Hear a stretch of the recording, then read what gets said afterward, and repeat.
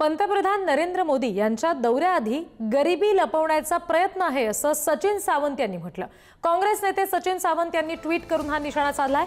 जोगेश्वरीतील झोपडपट्ट्या झाकण्यासाठी पडदे लावले असं सचिन सावंत म्हणाले।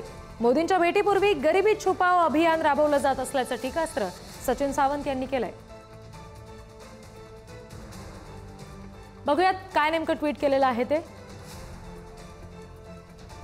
झोपडपट्टीत राहणाऱ्या मुंबईकरांची इतकी शरम वाटते की पडदे लावून त्यांना लपवण्याची व्यवस्था केली आहे।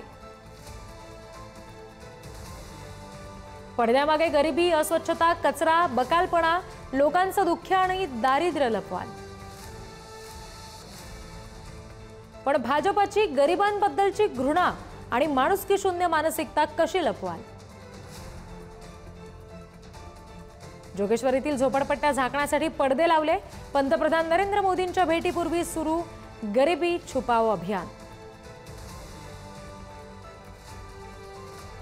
#नमस्ते ट्रम्पला अहमदाबादमध्ये, G20ला मुंबईमध्ये आणि आता गोरेगाव दौऱ्याला पडद्यामागे भारताची सगळी खरी वस्तुस्थिती लपवण्याचा प्रयत्न सुरूच आहे।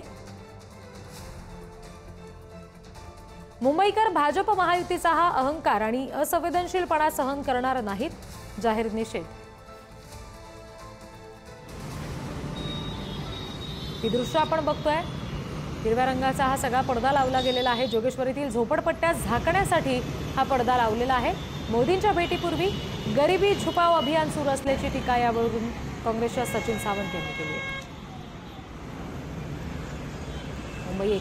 मुंबईच्या एकदिवसीय दौऱ्यावर पंतप्रधान मोदी आज येत आहेत आणि जोगेश्वरीमध्ये अशा पद्धतीने हा पडदा लावला गेलाय, ज्याच्या मागे झोपडपट्ट्या झाकल्या गेल्या।